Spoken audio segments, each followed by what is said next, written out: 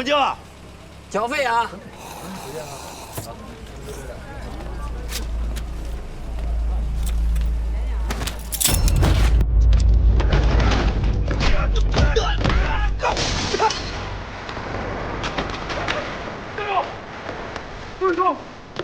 别动，不能用枪！别跑！别跑！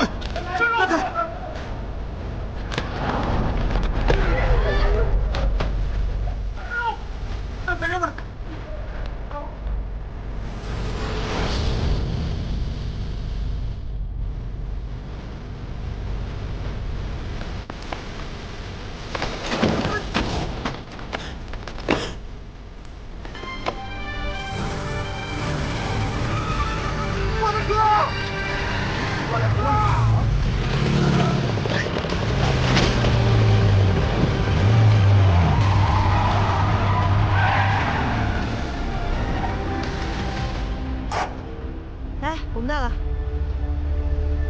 看，那个，谢谢你带我们搭车。没事儿，顺路的嘛。单元3到2。这个时间的话，老大，老大，让开！让开！危险！站开！都站开！ 让！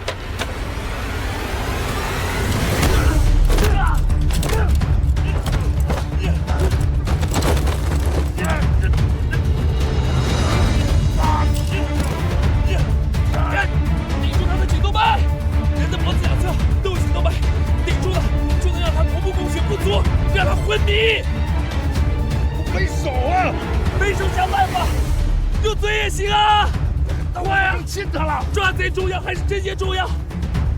我抽筋了，抽筋了！哎呀，我的腿抽筋了！啊！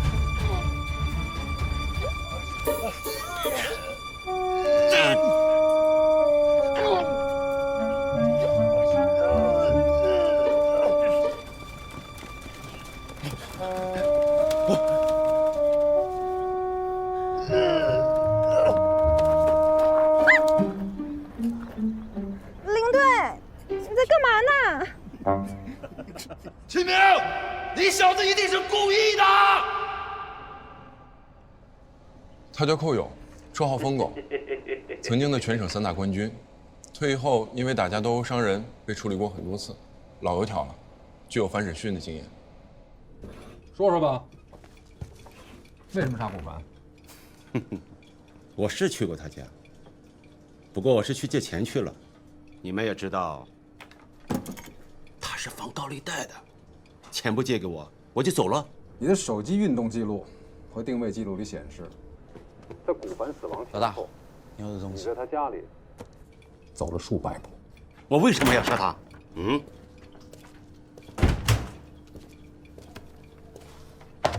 我我知道你不想为古凡的案子继续背锅了，我可以帮你审。可审讯是刑警的事儿。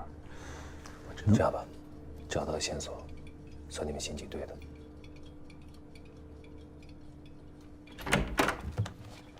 哟，这不是琼江最爱管闲事的人吗？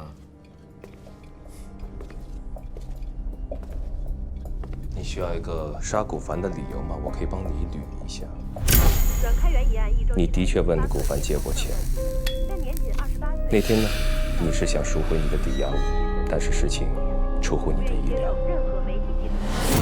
这个纯金的打火机是在你家里找到的。你问古凡借钱，这是抵押物。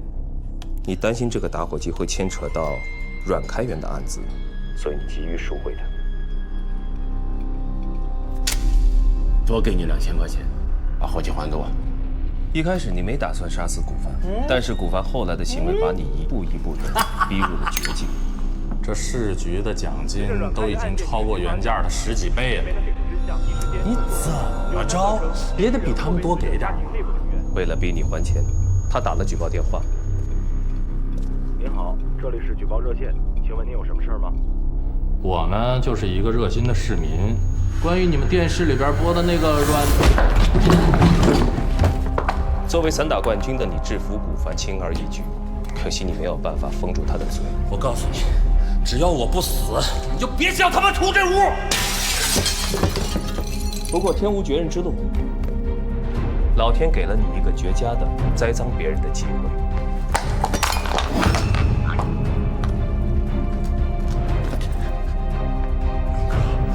你的事儿我是不会说出去的，刘哥就放我一马好不好？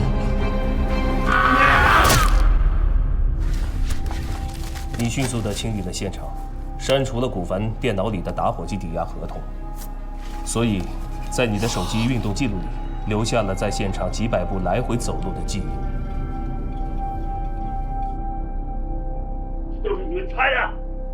你不承认没有关系，但是所有的证据链已经指向了你。你会被控谋杀，不只是古凡一条心，还有阮开元。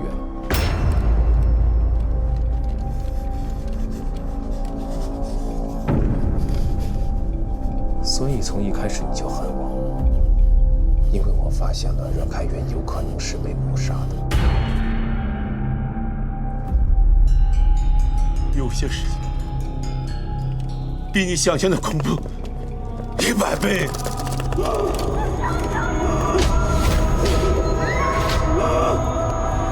说出来。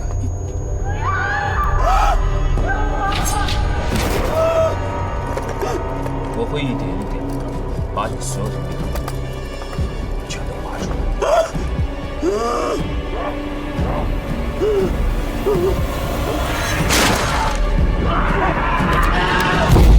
老大，你知道他为什么叫疯狗吗？因为疯狗永远都能记住猎物身上的气味，让气味咬着它，揍他！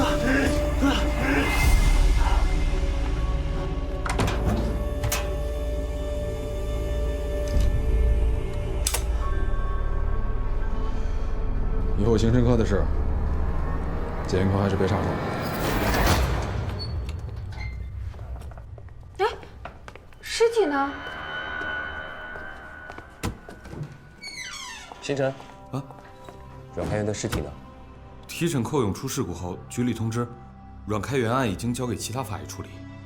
秦科长，你不得再接触，否则按违纪处理。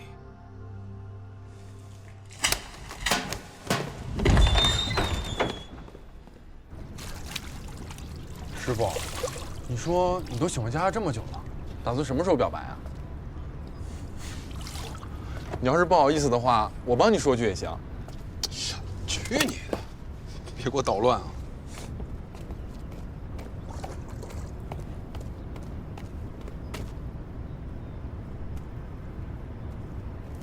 师傅，我先去方便一下。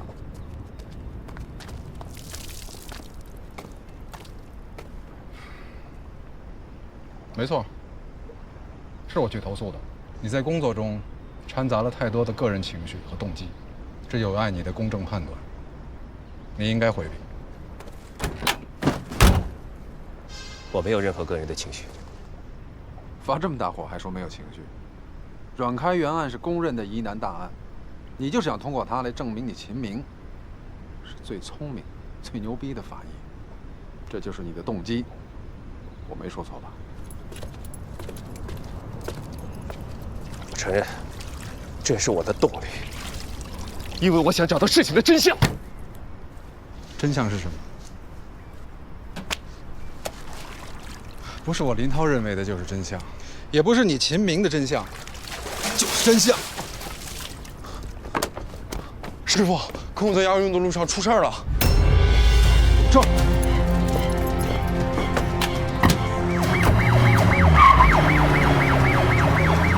老大，押送寇勇的警车被超载的大货车撞了，寇勇趁机逃跑了。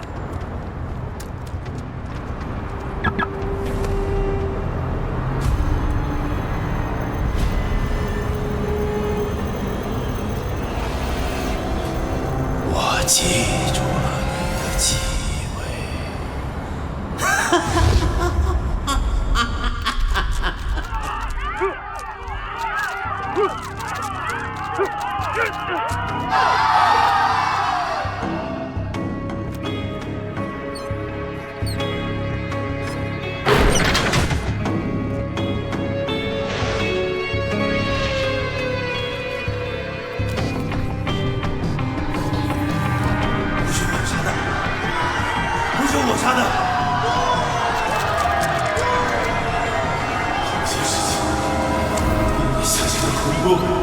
100倍。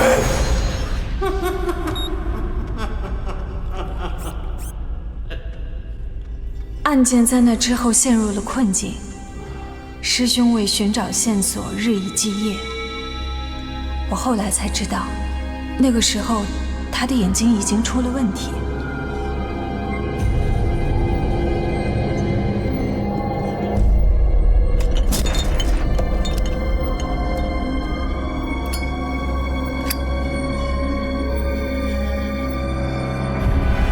都说法医的工作是在黑暗中寻找光亮，而有些线索，只有在真的失去所有光线和希望之后，它才像一个幽灵一样悄然出现。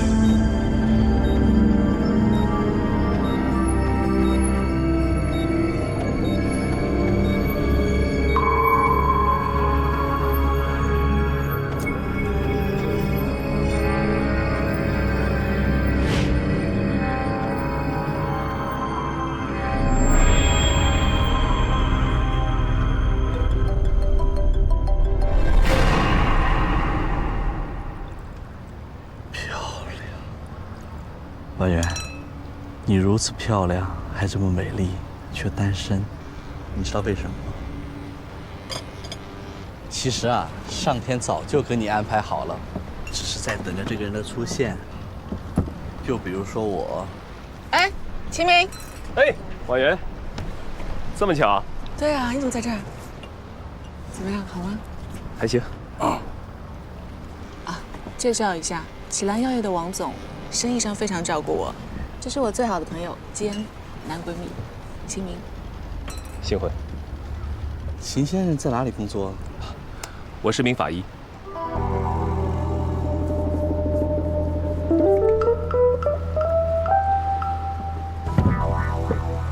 哎，婉媛，你和秦先生怎么认识的？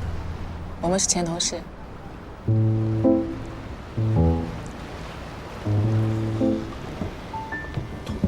同事啊？是啊。你最近在忙什么？哦，一承包商拖欠工程款，好心的急眼了。哎，给他这儿还有这儿各来一刀，人死了。那个人啊非常胖，光解剖就花了我整整5个小时。当时啊，我这切下第1刀的时候，这白花花一层脂肪就是不见血。于是乎呢，我就切下这第2刀。还是白花花的脂肪不见血，最后我切下这第3刀，你猜怎么着？怎么着？哎呀，王总，对不起啊，真不好意思。来，我帮你擦。不，真不好意思。来，我帮你擦。我来吧。要不，我先走了，我回去换套衣服。王总，我送你啊。不，编故事能力突飞猛进啊！我哪有编故事啊？真的花了5个多小时。辞职跟我一起干吧。当医药器械代表薪酬是你现在的好几倍，而且我们还能像以前一样做同事。我要是不当法医的话，你说谁帮你一起演戏去赶走那些想要对你图谋不轨的甲方呢？嗯，别贫了，法医这行又苦又累，还被歧视，何必呢？我觉得挺好的，至少医患关系非常稳定。你呀，还是那个样子，没个正经。好吧，正经的时候到了，有件事情想请你帮忙。我在阮开元的尸体上进行了100多处的化验，我发现他体内的 ATP 严重超标，包括他之前冷冻的血液里也是一样的。我想还得麻烦你帮我查一下。你帮我吓走了那么多甲方，也该轮到我帮你一次了。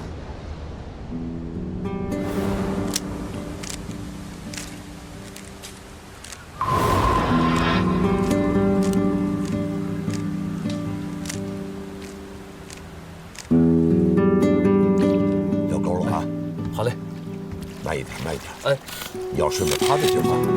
哎，好。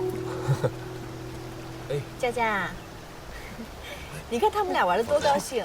对啊，师兄他最近情绪一直都不大好，只有跟老师在一起才会这么放松。来，哎，这鱼不小了。慢，哎，我的杆儿。哎呀，跑了。我就说嘛，啊，谁是渔，谁是渔夫。不一定啊！干杯！干杯！来，佳佳。哎，佳佳，要不要听一听你师兄的囧事啊？要。有一次啊，我们做毒物分析考试，马上就要交卷了，突然秦明大喊一声，他发现自己涂错了答题卡。原来师兄也会犯这么低级的错误啊！哎，千万不能泄露出去啊！我还是非常喜欢自己的学霸人设的。不错呀。哎，尝尝。顾婉元说，找到那位因为 ATP 导致心衰死亡的病人，先走一步。哎，别忘了请我们一次野餐啊！我陪你。再见。再见。这个病人的遗体很难得，我觉得对你的研究一定会有帮助，所以想办法说服家属同意解剖。谢谢。对我不用讲这2个字的。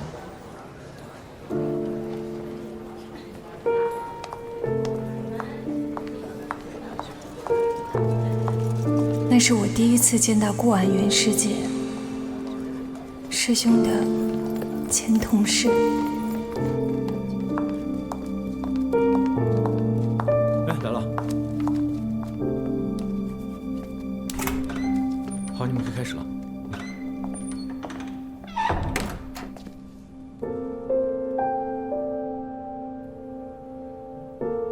大宝说，师姐曾是一名非常优秀的法医。我就不进去了，我能为他做的也就到这里了。接下来就由你来陪伴他吧。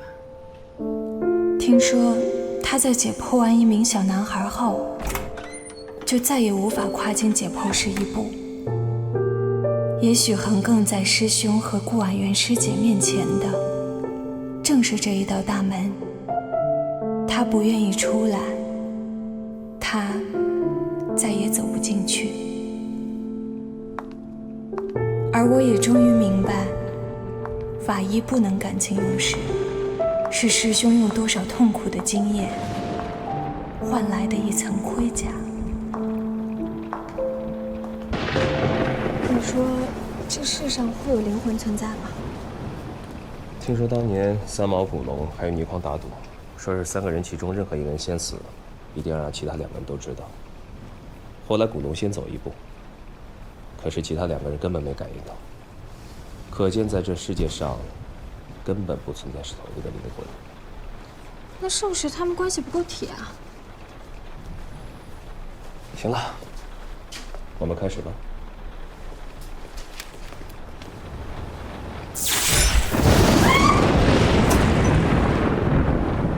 你别跑，可能是雷击烧坏电路。你去找一下值班的电工。让我去？对啊，那我去，你在这儿待着。哎，我觉得我可以去。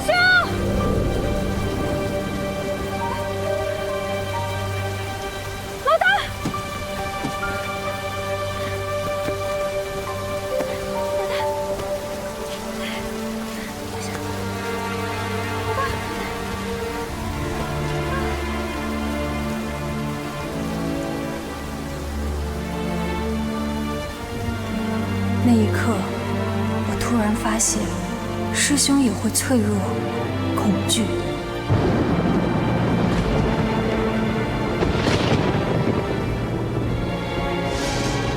案件到了生死攸关的时刻，我不能再做一个躲在师兄身后的小女孩了。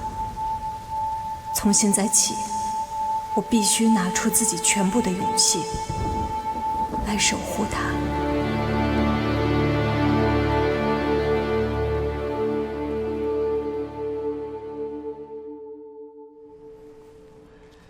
这是一过性黑蒙，它是长期高压力、大强度的工作，用眼过度疲劳引起的。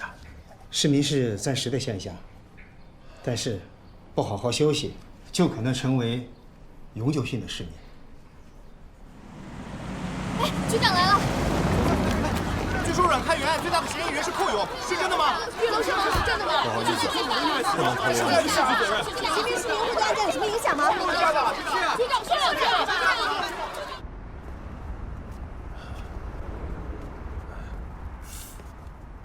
哎，到了。哎，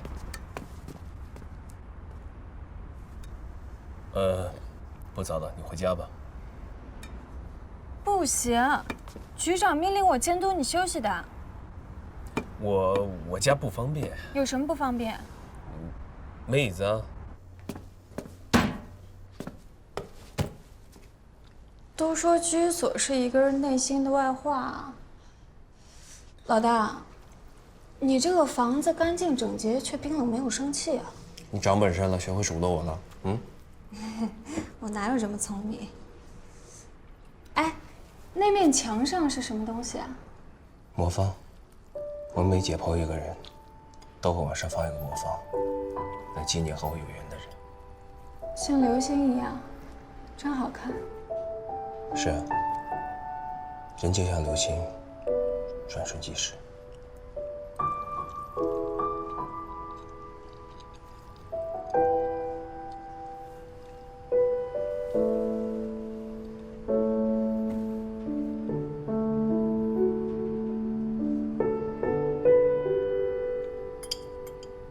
你在看什么呀？没看什么，我就是在想，你整天独来独往的，就不会感到孤独吗？孤独能让人冷静客观，对我们法医是好事。那你生活中都做些什么来打发时间？上知乎帮人答题啊，我可是知乎大神，你去看我的粉丝量就知道了。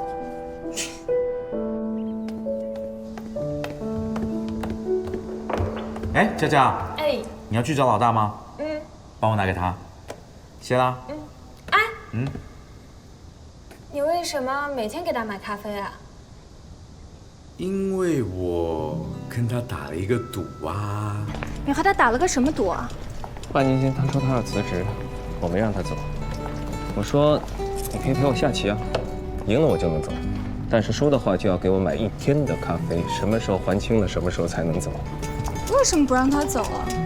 他非常聪明啊，局里需要他。其实我更需要他。给，送你的。什么东西啊？几条金鱼，给你家里添点生气。拿回去吧。为什么？拿着。我怕被养死了，我会忍不住解剖它们。走吧。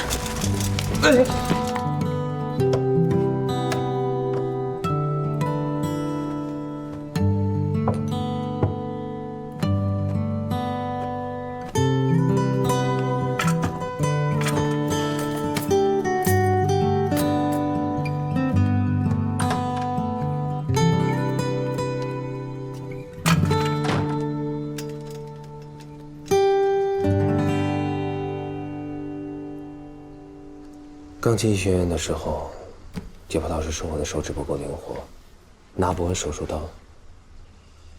邹教授就介绍我，让我去学琴。1年之后，我就成了班上解剖的最好的学生。我已经准备好了，你快拉给我听听。我现在这种状况，拉二胡才比较适合。拜托了，就一首，就一首好不好？我现在眼睛看不见了，手离开了手术刀，我哪还有心情再去拉琴？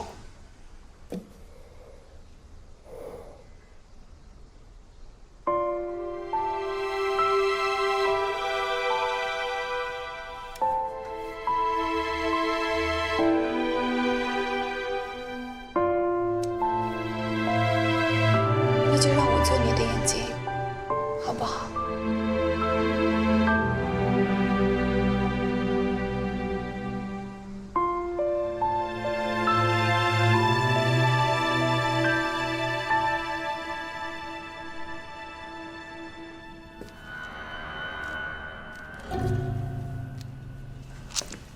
损伤全部集中在一侧，胸部多处肋骨骨折，伤势外倾内重，一侧为甚，一次可以形成所有损伤，损伤严重非人力可以形成。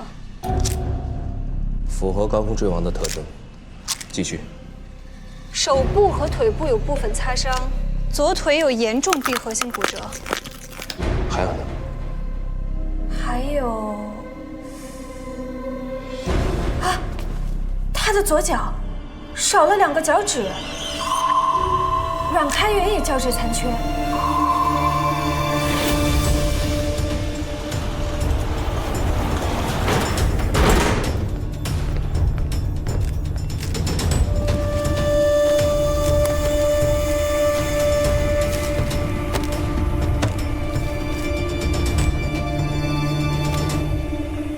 寇勇和阮开元脚趾的伤疤居然一模一样。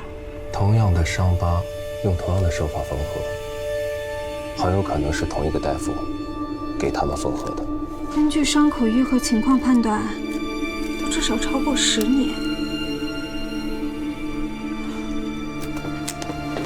寇勇和阮开元早就认识了。多人脚趾残缺伤有3种可能性：一，集体踩踏事件；二，特殊行业的重大事故；三，登山队员集体被冻伤。那范围小多了，应该能查出来。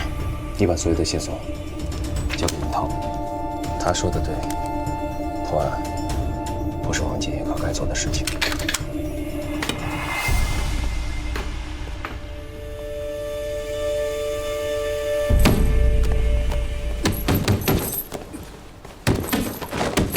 涛哥，涛哥。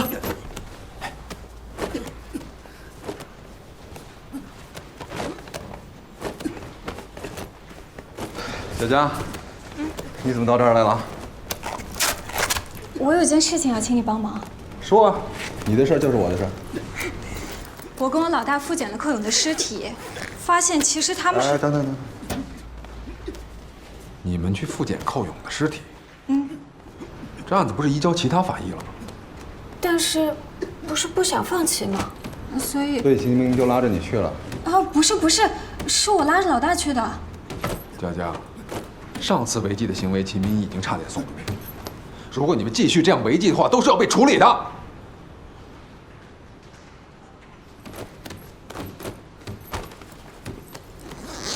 我这样说是为你好，也为他好。我知道了，林队。不好意思打搅了。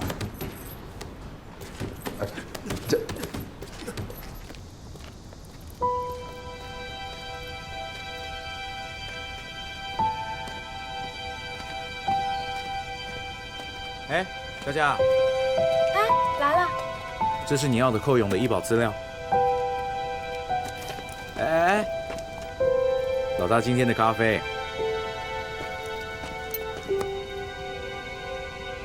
其实我知道你和老大打的赌了。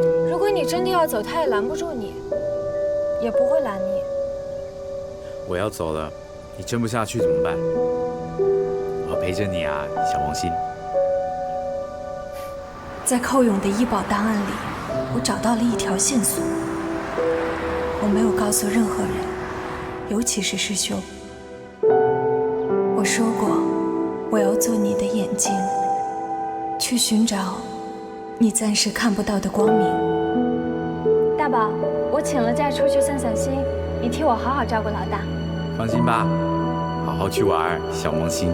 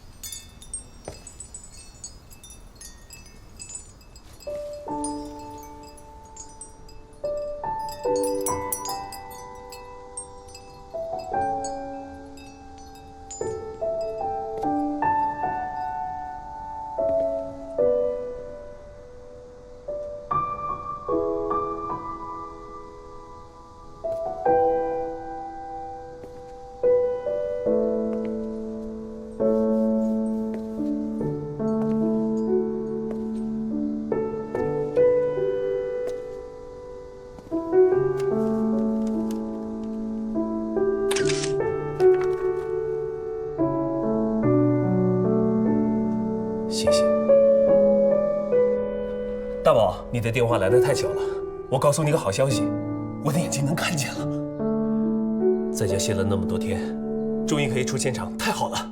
好，我这就到。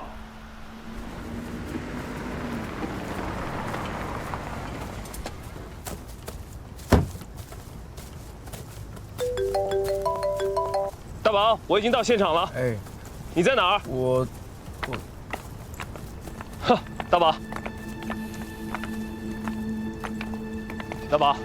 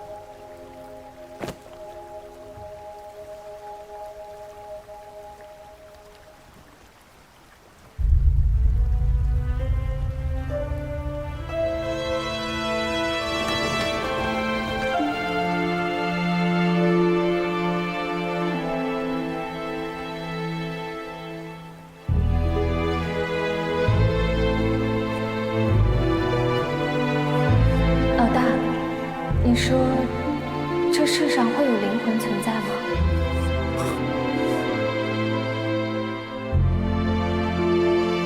那就让我做你的眼睛，好不好？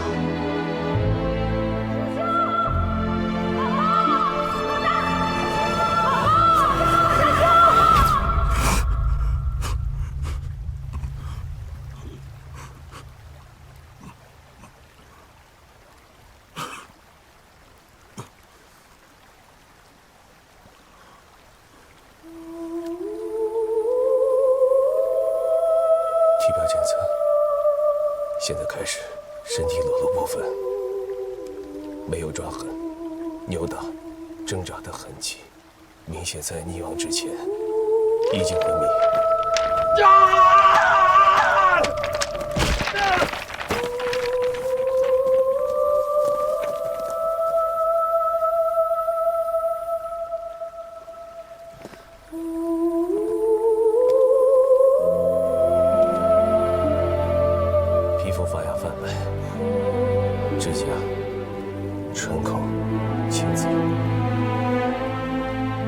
显的地方痕迹。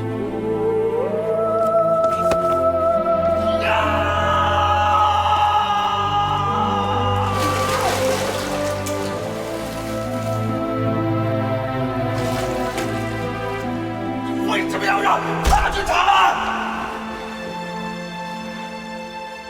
如果不是你，佳佳就不会死，就不会死。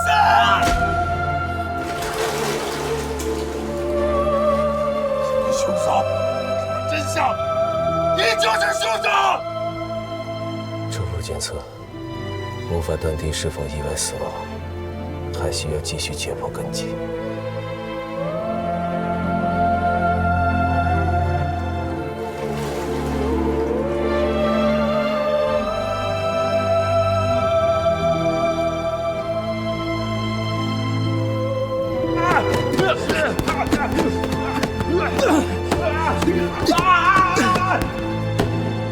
这样子会移交其他法医。我知道了，领队。不好意思打搅了。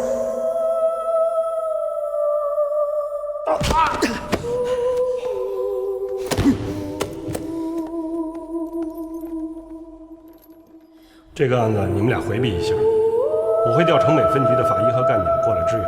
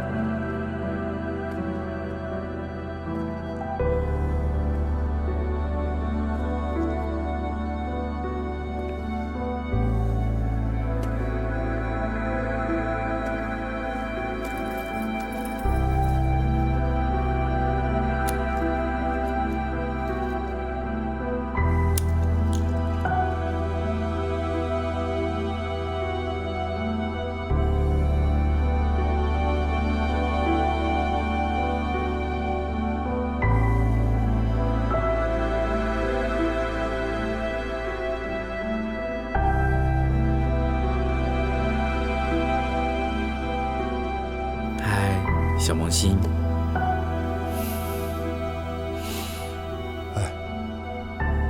撑不住的话，你就先回避一下。我陪着他，有个熟人在，他没那么害怕，对吧？开始吧。等等，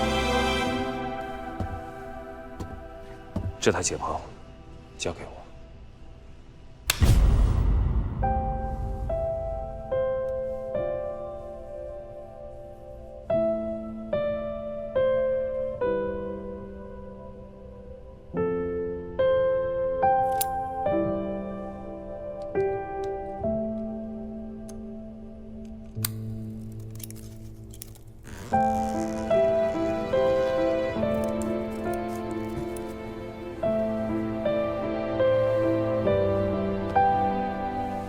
我已经准备好了，你快来给我听听。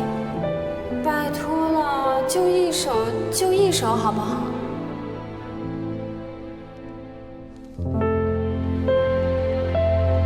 今天我终于成了一名实习法医，我觉得自己很幸福，因为可以更靠近他，和他呼吸着同一平方公里之内的空气，我都快醉氧了。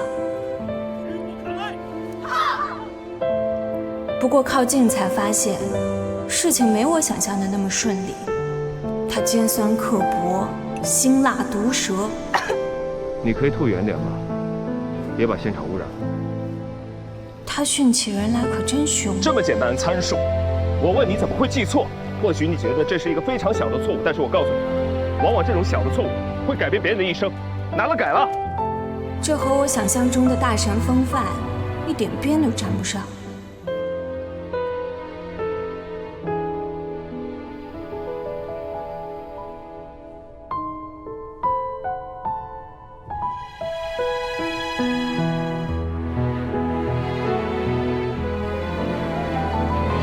可是有时候，他又是那么的孤独，孤独到让我心疼。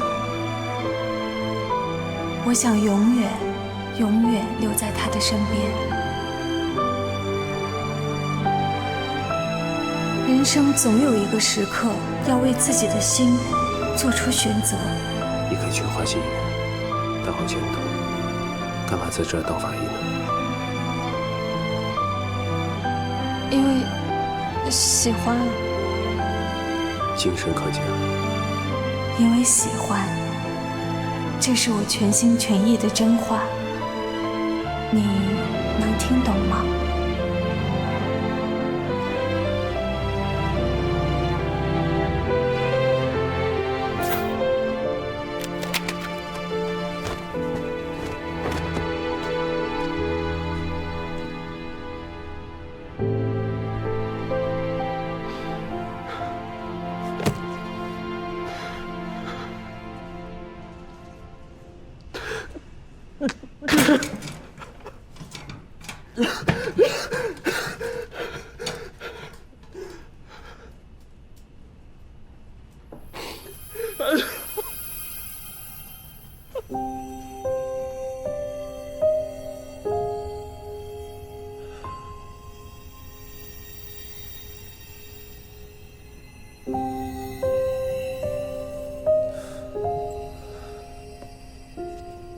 老大，你说过的，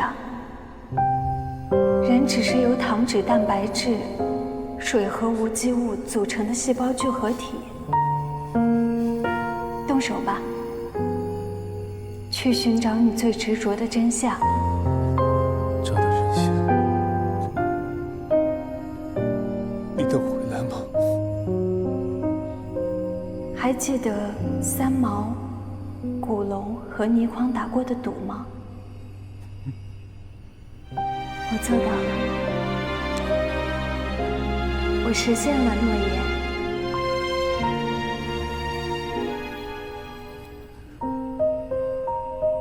我明白了。心无旁骛，这时候你就是刀。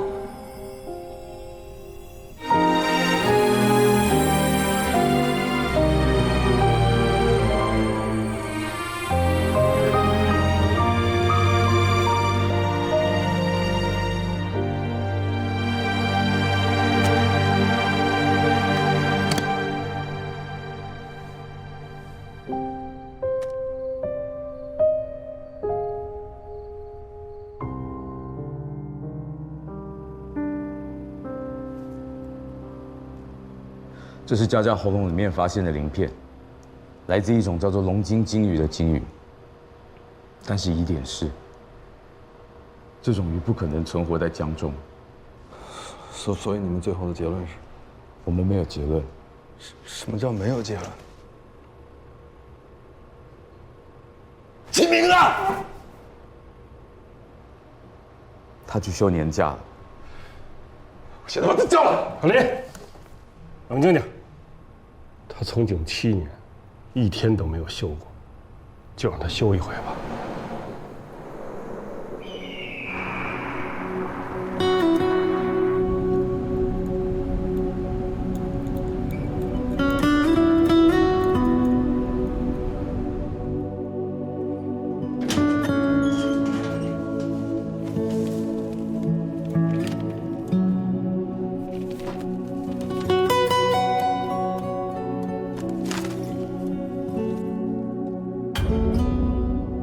阿姨，俺同啊，带俺去结告，咱们边走边说吧。10几年前啊，我们这遭遇一场百年不遇的大雪灾，很多人都被困了，救援队每人也得挖了半个月，才把这条路打通了。哎呀，可惜啊，很多人都被冻死了，但是5个人活了下来。真是个奇迹啊！当年被我切除脚趾的就是这2个人，名字叫做柯勇和阮开元，他叫唐谦。6年前啊，还回来过一次，花了很长的时间口长特转山。哎呀，听说回去没多久就死了。他是怎么死的？是他杀吗？是干衰竭。干衰竭。哎，上次来的那个佳佳姑娘问的事情跟你一样，这次怎么没和你一起来啊？他休息了。你把一切过了么？你跟着多掉了把有的有着，年年不把年。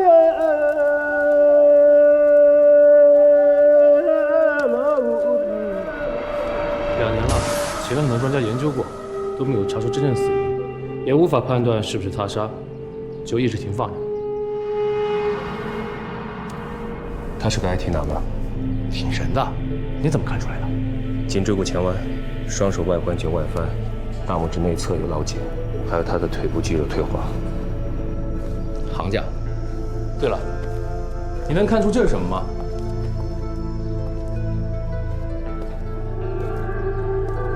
看不出来吧？这是他的肺。这 IT 男连续加了几个夜班，在回家路上突然就死了，肺就变成了这样。但体表没有任何的伤害。这件事情在上班族里引起了恐慌，都说他是过劳死，加班太多，肺都炸了。雪灾逃生之后，我儿子就疯了。我这辈子最后悔的事，就是让他学了画画。当年他迷上了那个女人，非要给他做助手，还跟着他去了雪山。那个女人是谁呀？他是一个画家，叫白化薇。白化薇，白化薇，白化薇，白化薇，白化薇！儿子，儿子，我都帮你了，我都帮你了！包爷，包爷！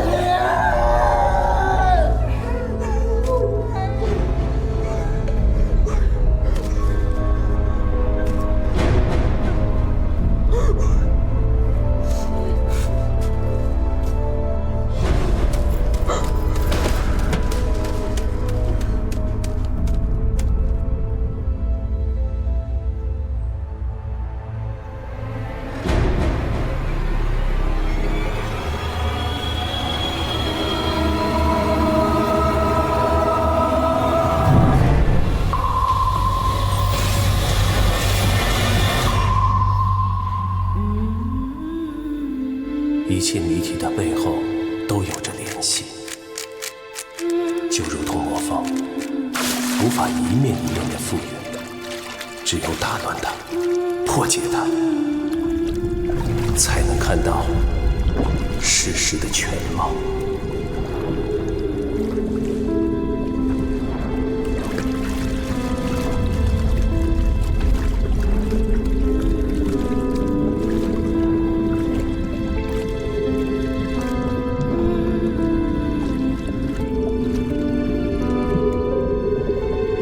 我耗尽最后一丝阳气，无限地去靠近你，无限地拷问自己。也许只有接近死亡，才能接近那抹真相的微光。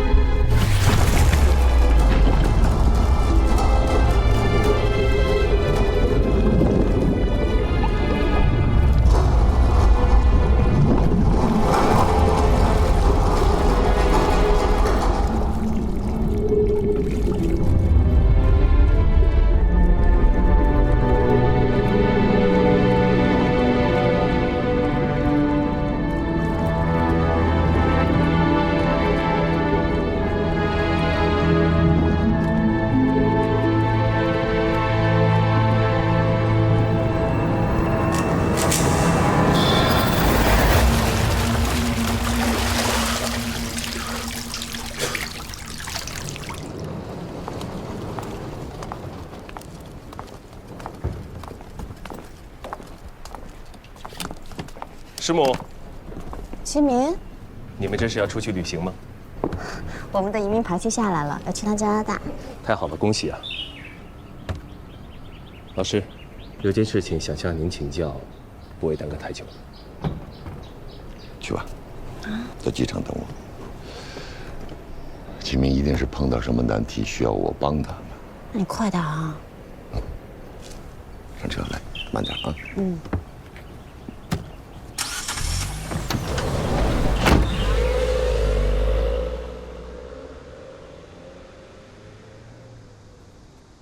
这幅画叫《午餐》，虽然不敌莫奈的1/1000，但它是我心中最美的午餐。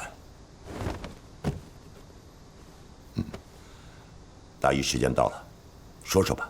您曾经给我们上药理课的时候说过几个案例，都是50到60岁之间，晕厥求医 ，ATP 注射40毫克之后出现了大汗抽搐、心跳骤停而死亡，其死因是注射了大量的 ATP 之后导致的窦性停泊，都是属于用药不当的医疗事故。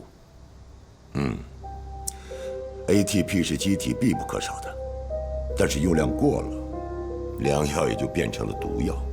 尤其是对患有心脏病的阮开元来说，我第一个疑惑是，他为什么会在自己心脏病发作的时候，给自己来一针 ATP 呢？不是他自己注射的，应该是凶手干的。我在阮开元体内找到了一种未知的化合物，后经检测，才知道这是8年前研制出来的一种抗抑郁的新药。它有一个非常别致的名字，叫做 Daydream， 白日梦。是的，听上去很美。往往越美丽的东西，就越发有毒。Daydream 在1期临床的时候被发现有强烈导致心衰的副作用，后来就被叫停了，也从未在市面上流通过。凶手一定知道它的副作用，所以把它和 ATP 混合在一起，注入了阮开元的体内，确保迅速的让其死亡。我第二个疑惑是，凶手是从哪里搞来的 Daydream？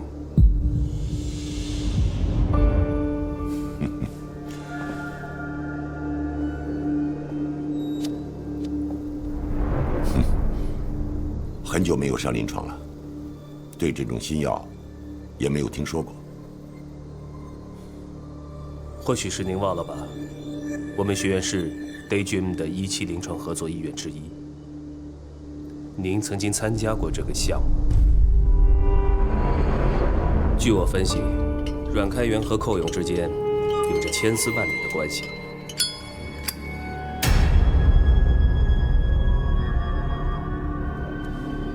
我们当初不是说好了，彼此互不问姓名，从此再无往来。你现在来找我，是什么意思啊？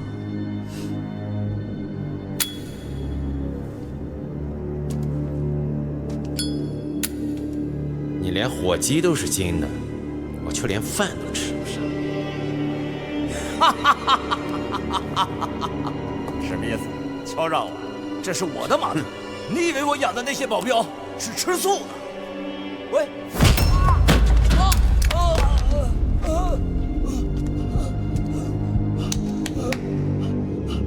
这事没完，把钱准备好。阮开元有把柄在寇勇的手里，寇勇只是敲诈阮开元的钱财，并不会杀了他。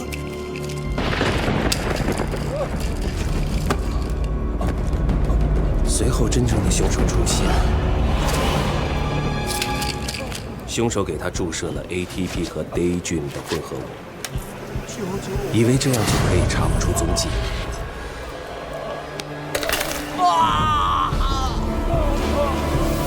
有趣的是，老天开了个玩笑，阮开元签署过遗体捐献书，他的遗体被送到了我们的医学院。从那天起，他就像个幽灵一样，在福尔马林里注视着你，让你的内心不得安宁。接下来遭你毒手的是张晶。民法监，我马上就搞定。天天加班，还不给涨工资，还让不让人活了？那就去死啊！你给他吸入了液氮，肺部迅速冻结，窒息而死。门牙也在挣扎中被崩断了。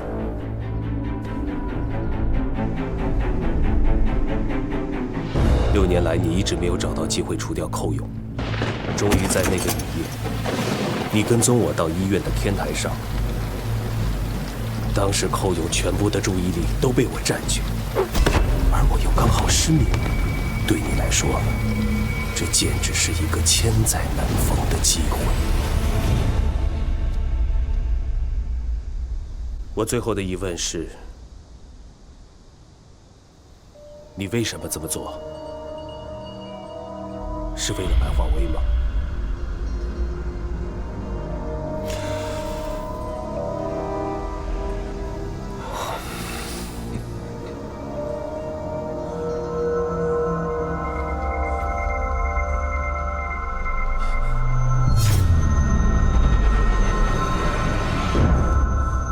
我说过，谁是渔，谁是渔夫，不一定。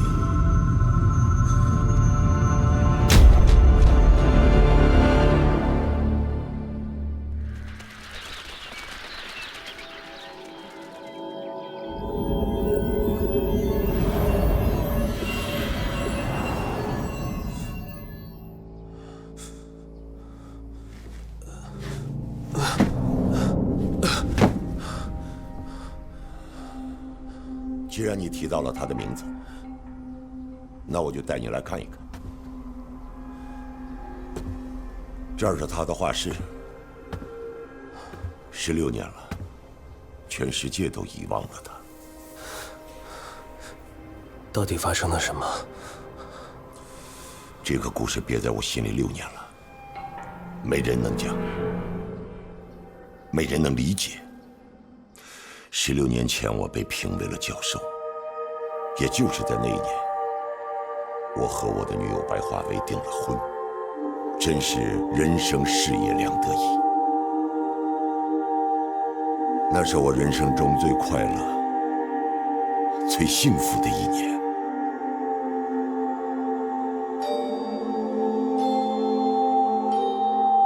在这里，华薇教会了我画画。她不仅美丽，也很有才华，还喜欢到各地去写生。那次她要去西藏写生，我因为要讲课不能陪她一起去。然而这次写生永远改变了我们的命运。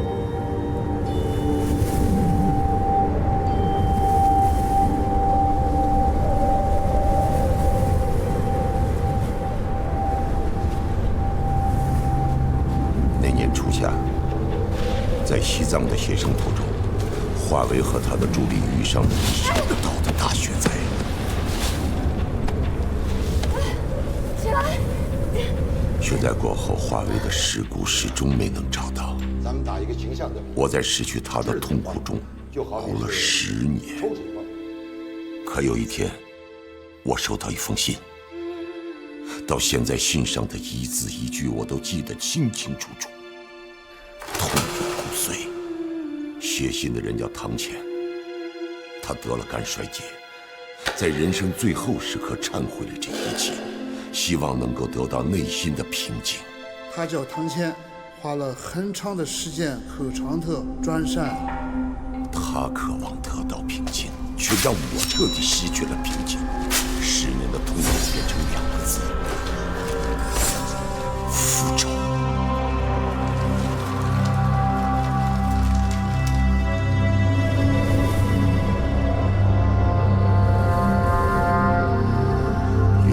华为不是死于风雪，他找到了一个避难所。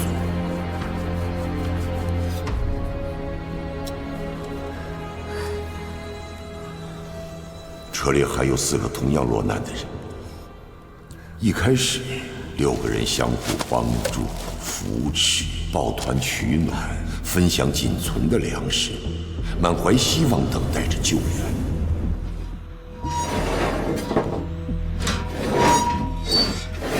可10天过去了，食物没了，救援迟迟不来，寒冷、饥饿和绝望蔓延开来。蛰伏的黑暗人性在茫茫血染中被唤醒。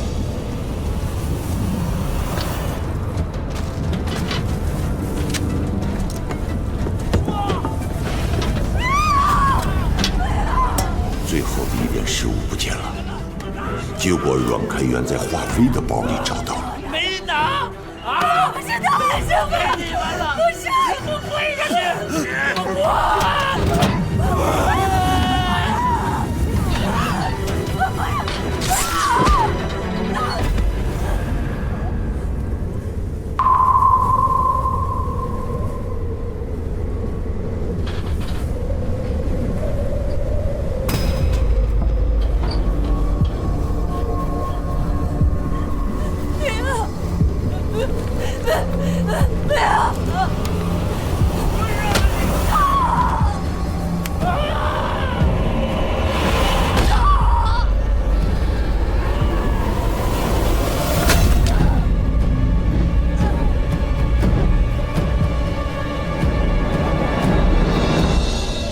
根本没有偷拿过食物，只是因为他无力反抗，成为了食物链里最快被淘汰的。少一个人就少一个分食物的，自己就多一份活下去的可能。他们只需要一个掩盖恶行的借口。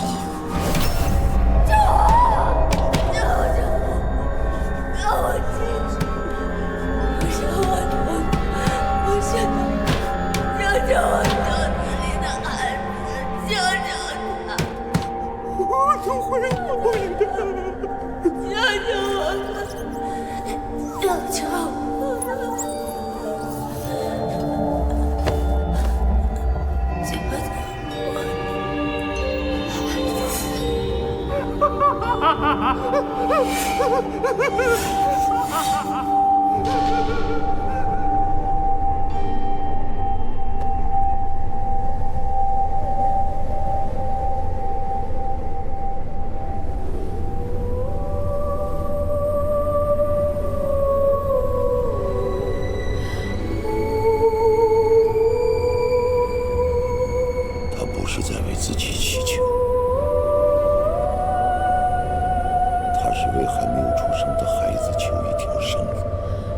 华为，这个世界让你失望了。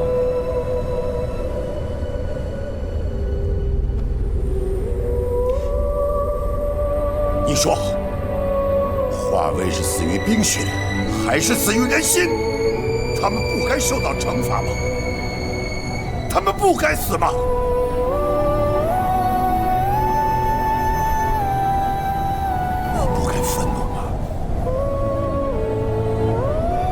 不该愤怒吗？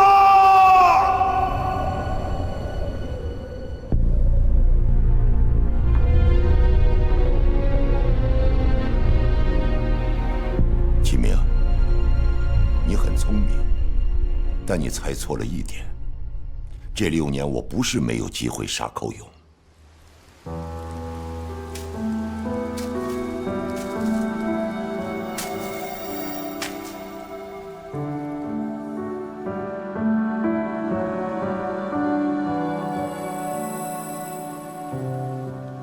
他是那么的像你，一样的温柔、善良。复仇心切的我一直处于躁动当中，但那一刻我的心再次得到了平静。我相信是华为派他来拯救我灵魂的。我决定停止复仇，重新开始生活。一家3口阳光下的午餐，这是华为梦想中的幸福。他把它画了出来，却没能实现，把这个机会留给了我和舒丽。舒丽怀孕了，梦想中的幸福就要到了。而你却自以为是当众高呼，立刻报警。可能死于他杀，立刻报警。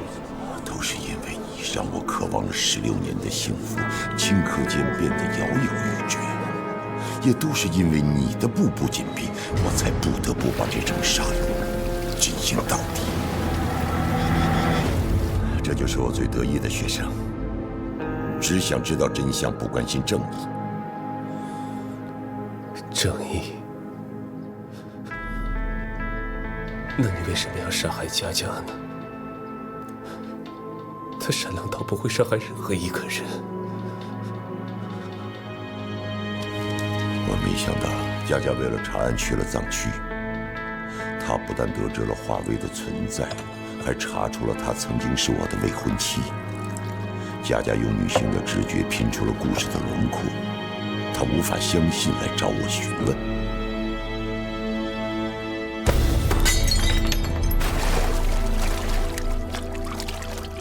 我不想伤害佳佳，可舒丽怀孕了，我就要有孩子了。对不起了。即使是只有1/1000的机会，我也要拥有16年前我本该拥有的幸福。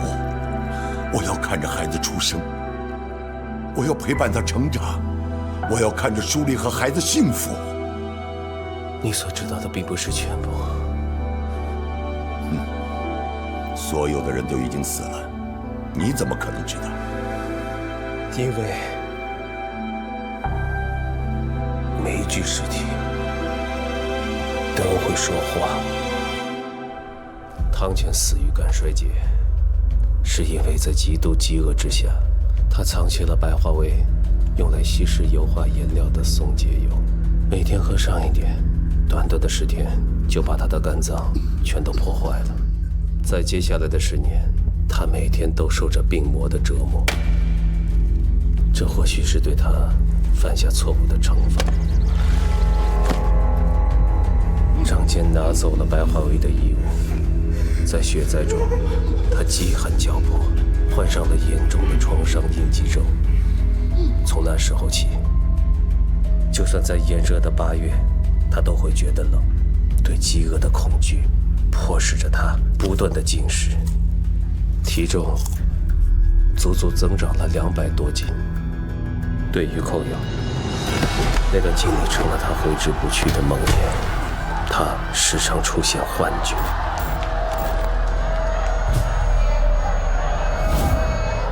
从此以后，他喜怒无常，出现了严重的暴力倾向。从一个冠军沦落成了一个保安，在那个雨夜，他被你推下了天台，终于结束了他的梦魇。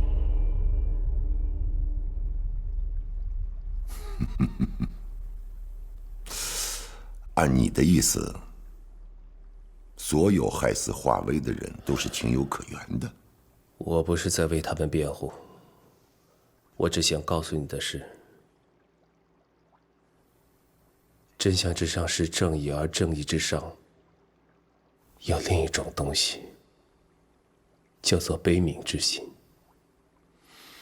他们是施害者，同样也是受害者。而你呢？从一个受害者变成了一个施害者。好，好，好！你是高高在上俯瞰众生的上帝，那你准备怎么怜悯我？我给你带来一样东西，在我上衣的外侧口袋里。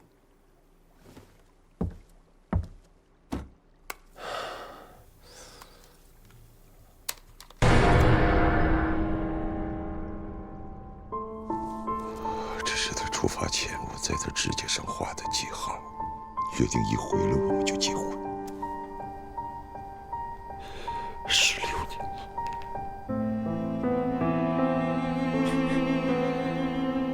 这是我得到的，你唯一的一部分。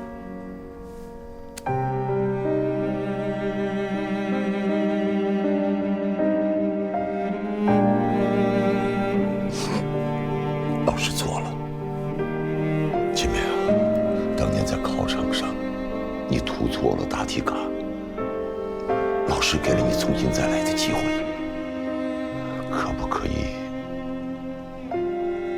给老师一次重新再来的机会呢？可是人生不能重来。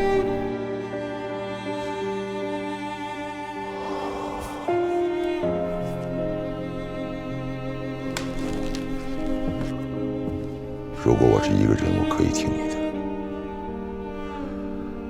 但现在我是一个女人的丈夫，一个孩子的父亲。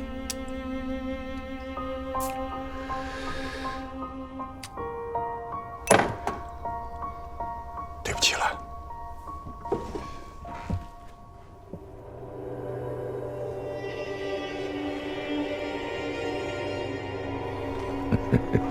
你说过的。谁是鱼，谁是渔夫，不到最后没有答案。我在佳佳体内发现了微量的麻醉剂，所以我在出门之前已经给自己注射了解毒剂。你现在是青出于蓝而胜于蓝了。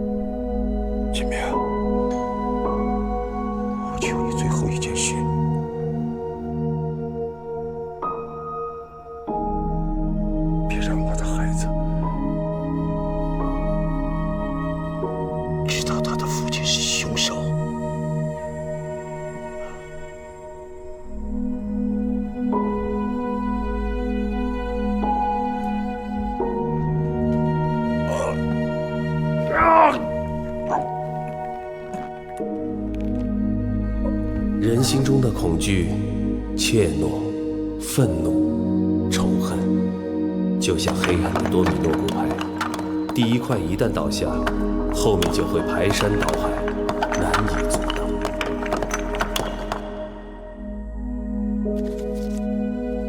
当善良的力量把罪恶的多米诺骨牌停下的时候，被拯救的不只是生命，还有希望。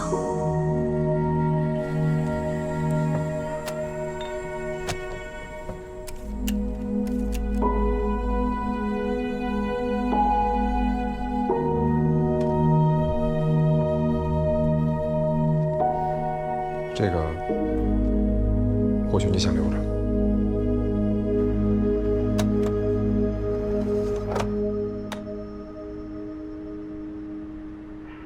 各位老师好，我叫范佳佳。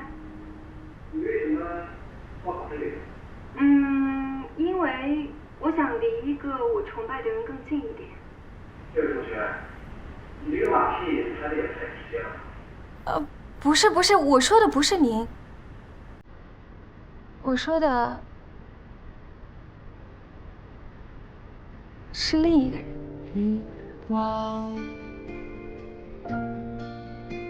透进窗，散落在我身上，越紧紧在吟唱。有谁在远方眺望？轻轻吹。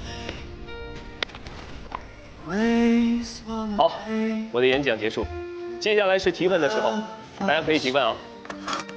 师兄，你为什么一直坚持做法医？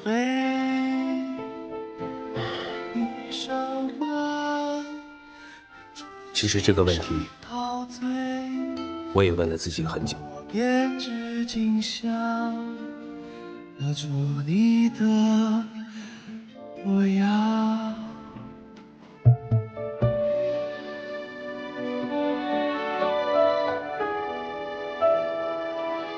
以前我以为是为了真相和正义，直到我被生命的另一部分所打动，我才明白生命有它更加温暖的含义。